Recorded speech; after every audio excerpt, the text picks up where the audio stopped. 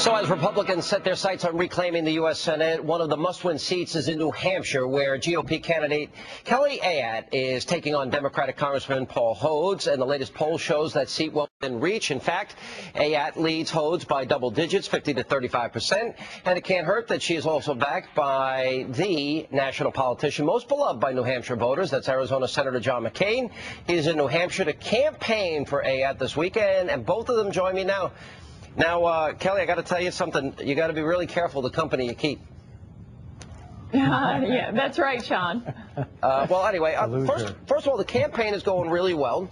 Now, New Hampshire over the years has been a state that could go either way, as a lot of northeastern states are. Let me ask you this. There's been this battle between the establishment Republicans, and we saw these races. For example, Rand Paul, we saw Joe Miller, we saw Christine O'Donnell, and more conservative Tea Party supporting candidates. Where do you find yourself? I'm a conservative, Sean, and I want to get our country back on track. Less spending, lower taxes, smaller government. And Senator McCain, you're out there campaigning, and I know this is one of your favorite states. That's my second favorite state, Sean. I love New Hampshire. I love the independence of the people. I love I love Kelly Ayotte. She's going to be an instant star when she gets to the United States Senate. And by the way, also, I believe Sarah Palin had endorsed you, right? Governor Palin did endorse me in the primary, Sean. Yeah, okay. So I think Kelly has some very strong conservative credentials as well. Kelly, all around the country, as we're doing our Meet the Candidate series, and we're interviewing a number of candidates around the country, it's an interesting phenomenon to me. That is, stimulus is not coming up. Democrats are not running on it. They're not running on cap and tax. They're not running on the health care bill. Is that the same phenomenon in your state?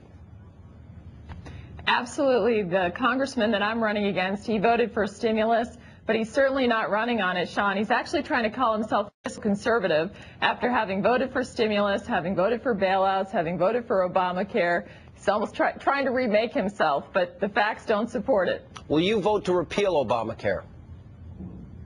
Absolutely, I will vote to repeal Obamacare. What do you think, Senator McCain, as we now look at the landscape and it's unfolding this year, what do you think of the battle between the establishment and Tea Party candidates? Look, I think that Tea Party movement in my state and all over this country is not only legitimate, they're going to be a powerful force in American politics for a long time to come. They also want, by the way, for us to eliminate earmarking, and they also, I think, want a balanced budget amendment to the Constitution, and I think they also want secure borders. But I think they're a major factor, and they're everyday citizens who have never been involved before. By the way, could I just mention, Kelly mentioned that all these things that her opponent voted for and the Democrats voted for, this Congress will go down as the cowardly Congress. We left town without a budget, without a single money bill, appropriations bill, and a failure to address the tax extensions. Now, every business person I talk to in Arizona and New Hampshire and around this country say, look, we need some certainty. We need to know what our financial situation is going to be next year. Now they know nothing. And you know the reason the Democrats are given? They don't want to have their people take tough votes. You know, we have a pretty comfortable lifestyle in the U.S. Congress. Aren't we sent there to take tough votes? Oh, apparently not. I mean, is the short answer to the question. Kelly, let me ask you, as I talk to people 4 hours a day, and I read the email here at Fox, and I listen to people, the one message that is coming across more than any other is that they want America to return to its first principles. They feel like government's gotten too big, too bloated, too arrogant, too out of control. They want to go back to what they believe is more of a constitutional government.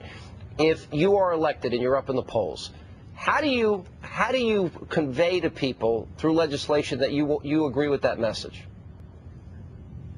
Well, Sean, first of all, the Constitution, the greatest document ever created, we need to make sure that our laws adhere to that, and I firmly believe in that. And I can tell you that that's going to be very important to me every time I review a piece of legislation.